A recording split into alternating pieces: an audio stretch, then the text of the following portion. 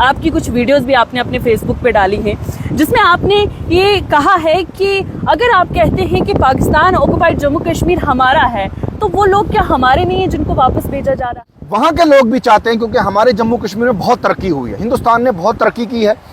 वो लोग भी चाहते हैं कि किसी नजरिए से ये पाक ऑक्युपाइड जम्मू एंड कश्मीर जो पाकिस्तान के कब्जे में है, वो हिंदुस्तान आज़ाद करवाए और हिंदुस्तान हमें अपने साथ लाए। अब अगर कोई जंग करनी है, वो फाइनल जंग हो, ताकि पाकिस्तान को मुंह तोड़ जवाब दिया जाए, मिलिटेंसी को मुंह तोड़ जवाब दिया जाए। आपने लाल चौक से मीडिया की कवरेज देखी होगी, लाल चौक में लोगों का क्या कुछ रुझान है पहलगाम अटैक के बाद, वो तो देखा, लेकिन आपने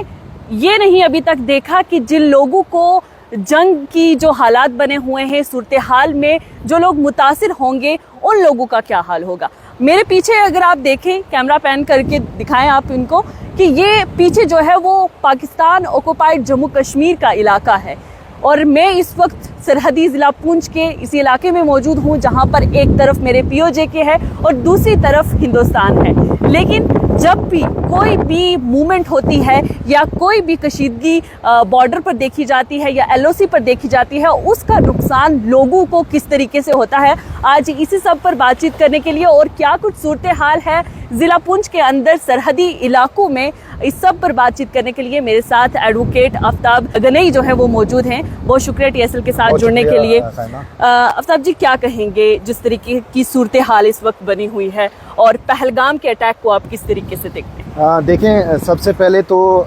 जो पहलगाम में हादसा हुआ है, मिलिटेंट अटैक में 26 लोगों की जानें चली गई हैं, उसमें हमारे 25 जो है वो हिंदू बरादरी के लोग हैं, एक जो है कश्मीरी मुसलमान मारा गया है। देखिए साइमा, ये जो लड़ाई चल रही है जम्मू कश्मीर में, ये बहुत पुरानी लड़ाई है और इसका खामियाजा अगर सबसे ज़्यादा किसी ने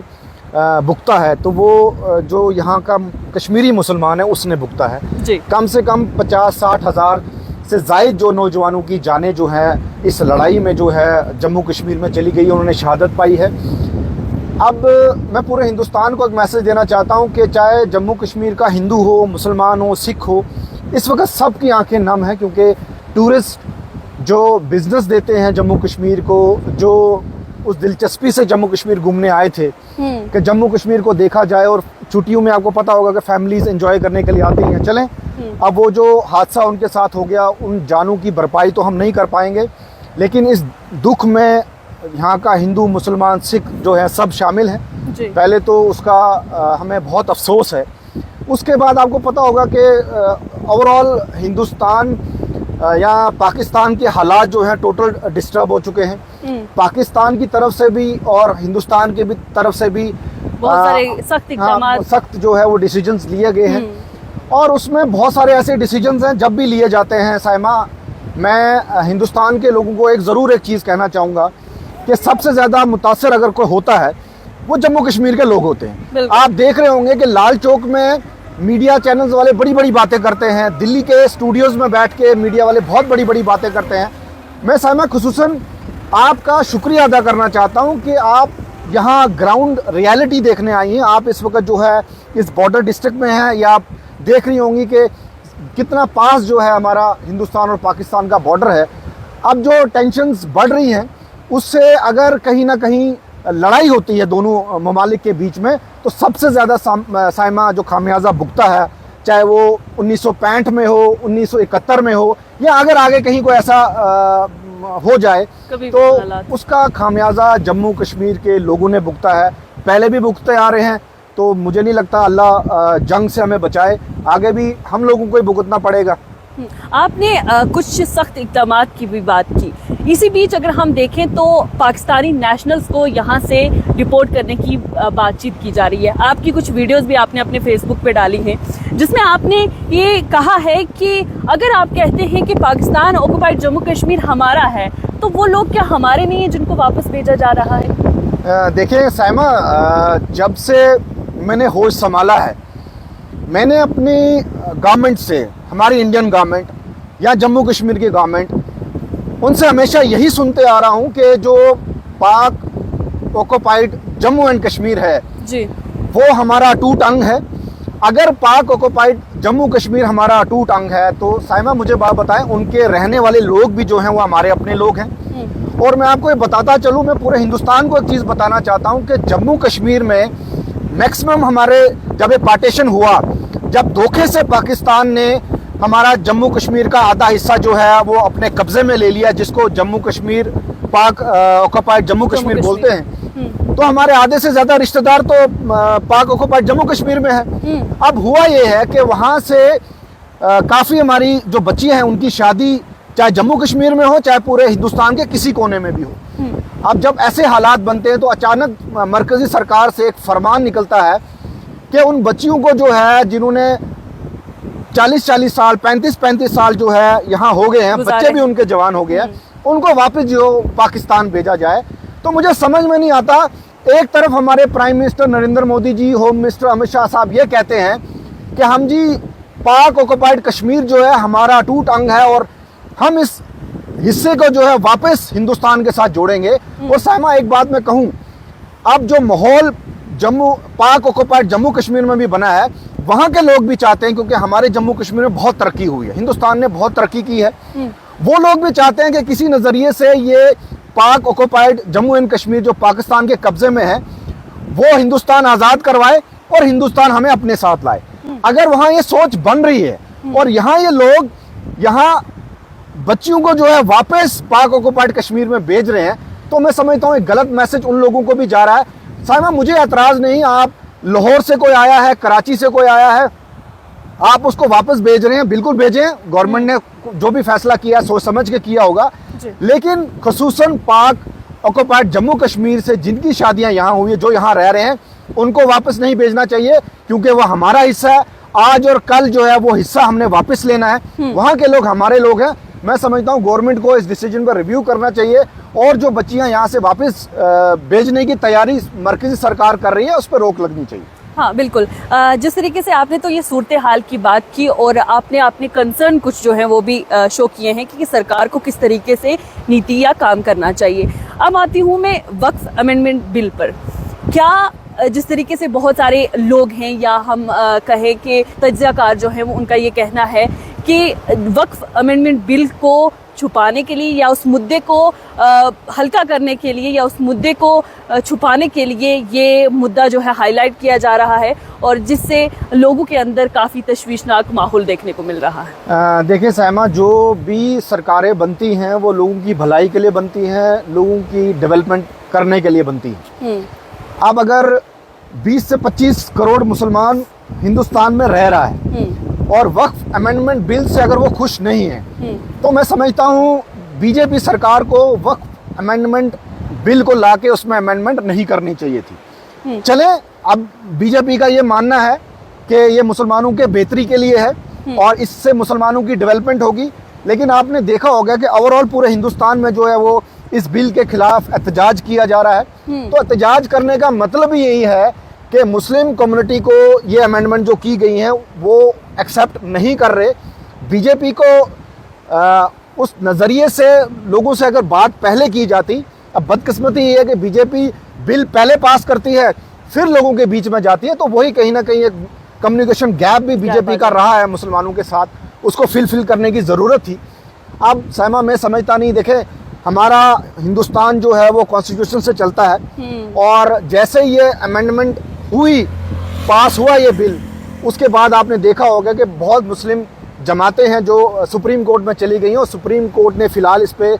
स्टे लगा दिया है। अब फैसला तो सुप्रीम कोर्ट ने करना है। मैं नहीं समझता कि अब जो लोग ये कहते हैं कि ये हालात इसीलिए बने हैं कि वक्फ अमेंडमेंट बिल को जो है उसकी कहीं ना कहीं लोग भूल जाएं। देखें, जो मुसलमानों के लिए बहुत चीज़ें अजीज़ हैं वो तो इतनी जल्दी नहीं बुलाई जा सकती। अब ये हालात ऐसे बन गए, थोड़ा सा हम बैक स्टेप पे आगे हैं। अब सुप्रीम कोर्ट में भी चला गया वक्फ अमेंडमेंट बिल, देखते हैं सुप्रीम कोर्ट क्या फैसला करता है। और यहाँ जो मुस्लिम कम्युनिटी है उसको पूरा यकीन है कि अगर हमें सरकार इंसाफ नहीं दे सकती, हमें सुप्रीम कोर्ट से ज़रूर जो है वो इंसाफ मिलेगा। जी, ये आप वकील हैं और आप किस तरीके से समझते हैं कि इसमें एक प्रोविज़न रखा गया है वक्फ अमेंडमेंट बिल में जिसमें ये कहा गया है कि 5 साल का मुस्लिम प्रैक्टिसिंग होना चाहिए, यानी कि इसका क्या मतलब आप समझते हैं कि क्या मतलब है इस? देखिए साइमा, ये तो बड़ी अजीब सी, मुझे समझ में नहीं आ रहा इस सरकार में कौन से ऐसे वो लोग बैठे हैं जो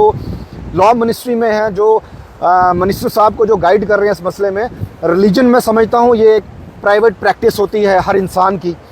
मैं अगर मुसलमान हूँ तो मैं दिखावा करूँ, मैं किसी को बता के जो नमाज़ पढ़ने तो नहीं जाऊँगा ना कि आओ देखो मैं किसी मस्जिद में जा रहा हूँ नमाज़ पढ़ रहा हूँ। एक हिंदू किसी मंदिर में जा रहा है, वो सरकार को बोल के तो नहीं जाएगा कि मैं डीसी साहब या एसएसपी साहब मैं मंदिर में जा रहा हूँ, आप मेरा फ़ोटो खींच लो या मुझे देख लो। तो बेतुकी सी बातें हैं। और इस बिल में ऐसी ऐसी चीज़ें साइमा जो अननेसेसरी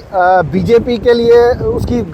गले की हड्डी जो है बन गई है। बीजेपी सरकार ने इस नज़रिए से बिल लाया था कि मुसलमान कम्युनिटी को कहीं ना कहीं वो सेटिस्फाइड कर लेंगे और उसको खुश करेंगे। लेकिन मैं समझता हूँ जिन लोगों ने बिल बनाया है,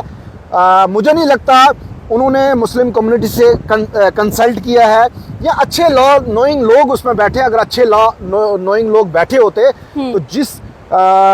तरीके से इस बिल की मुखालफत की जा रही है वो ना होती। तो मैं समझता हूँ ये बदकिस्मती है हमारे मुल्क की कि सरकारें लोगों के लिए होती हैं, लेकिन जब ये सरकारों में ये लोग अपनी कुर्सियों पर बैठ जाते हैं, अब पता नहीं किस नज़रिए से लोग फैसला करते हैं। बीजेपी को इस पे सोचना चाहिए। और अगर मुसलमान इस बिल से नाराज़ है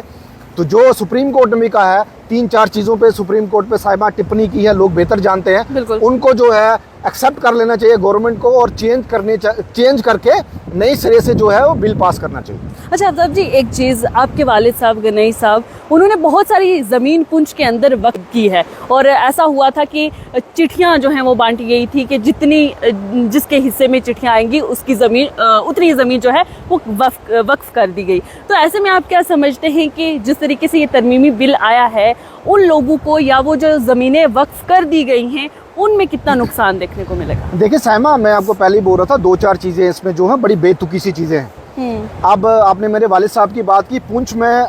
वक्फ प्रॉपर्टी है। देखिए वक्फ प्रॉपर्टी क्या है कि मैं मुसलमान हूँ, मेरी अगर ज़मीन है मैं दीन के इस्लाम के नाम पे वक्फ कर दूंगा और उसका जो बेनिफिशरी होता है वो मुसलमान ही होना चाहिए, क्राइटेरिया है। उसमें अगर मुसलमानों को वो बेनिफिट मिल रहा है तो वो मिलना ही चाहिए, क्योंकि मेरी ज़मीन अगर मैं वक्फ कर रहा हूँ इस्लाम और दीन के नाम पे तो उसका और कोई बेनिफिट ले, ये तो सवाल ही पैदा नहीं होता। अब बीजेपी ने कहीं ना कहीं कन्फ्यूजन का माहौल डाल दिया कि भाई उसका जो है लैंड रजिस्ट्री होनी चाहिए जो वक्फ करेगा। अब मुझे बताएं, मुगलों के टाइम में जो आज से 40 साल 50 साल पहले अगर किसी ने ज़मीन वक्फ की है तो वो कहाँ से वो डॉक्यूमेंट लाएगा? अगर कोई लैंड डिस्प्यूटेड है वक्फ के बीच में या गवर्नमेंट के बीच में या दो पार्टीज के बीच में, तो डिप्टी कमिश्नर जब तक उनका फैसला नहीं होगा, डिप्टी कमिश्नर उनको अपनी लैंड समझ के जो है वो गवर्नमेंट की लैंड समझ के उस पर जो है कोई कार्रवाई या कंस्ट्रक्शन नहीं करने देंगे। तो बहुत सारी ऐसी चीज़ें हैं जिसको सरकार को सोचना चाहिए। और अगर मुस्लिम कम्युनिटी इसके अगेंस्ट है साइमा, 25 करोड़ मुसलमान हिंदुस्तान में रहता है, तो आप 25 करोड़ मुसलमानों के सेंटीमेंट्स को खेल के जो है ऐसा कोई बिल नहीं ला सकते कि जो उनको नाक़ाबिले मंजूर हो। अगर वो इसको मंजूरी नहीं देते तो मैं समझता हूँ बीजेपी, तो प्रधानमंत्री साहब कहते हैं हमेशा जो अपनी मन की बात कर रहे हैं, अगर आप 25 करोड़ मुसलमान अपनी मन की बात कर रहा है तो मैं समझता हूँ हमारे प्राइम मिनिस्टर नरेंद्र मोदी जी को मुसलमानों की मन की बात सुन लेनी चाहिए और जो ये कहते हैं उस पे जो उनको जो है वो एक्ट करना चाहिए। अच्छा, हम फिर आते हैं जो तशवीशनाक सूरत हाल इस वक्त जम्मू कश्मीर में बनी हुई है। सरहदी इलाके से आप ताल्लुक़ रखते हैं, आपका आना जाना है लोगों में, और आप हम अक्सर देखें तो आप ऐसे ही इलाकों में होते हैं जो कि LOC के करीब हैं, उन लोगों में उठते बैठते हैं। तो क्या लगता है आपको कि लोग, सरकार तो तैयारी कर रही है कि कोई बड़ा इकदाम जो है वो उठाया जाए, और हम देख भी रहे हैं कि तैयारियां जिस तरीके से चल रही हैं, आम लोग क्या सोच रहा है, आम इंसान जो आम आदमी है वो क्या चाहता है? देखिए साइमा, मैं एक पढ़ा लिखा नौजवान हूँ और ये मिलिटेंसी जो जम्मू कश्मीर में है ये खाली पहलगाम अटैक से नहीं शुरू हुई है, ये 1947 से चलती आ रही है और ऐसे बहुत सारे अटैक हुए हैं। आपने पुलवामा अटैक सुना होगा, उससे पहले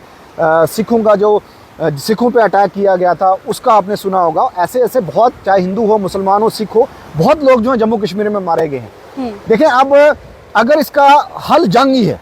तो मुझे लगता है कि हिंदुस्तान को बहुत पहले जंग कर लेनी चाहिए थी। हिंदुस्तान ने 1965 में भी पाकिस्तान के साथ जंग की है, हिंदुस्तान ने 1971 में भी जंग की है, और सबसे खुशनसीबी की बात यह है साइमा, 1965 में भी हिंदुस्तान पाकिस्तान से जंग जीता है, 1971 में भी जो है हम पाकिस्तान से जंग जीते जीते। अब मुझे एक बताएं, 2 जंगें हम ऑलरेडी जीत चुके हैं, क्या मिलिटेंसी बंद हो गई? अगर आज भी मैं समझता हूँ जंग होती है, इसमें कोई दो राय नहीं है, हमारी इंडियन आर्मी बिल्कुल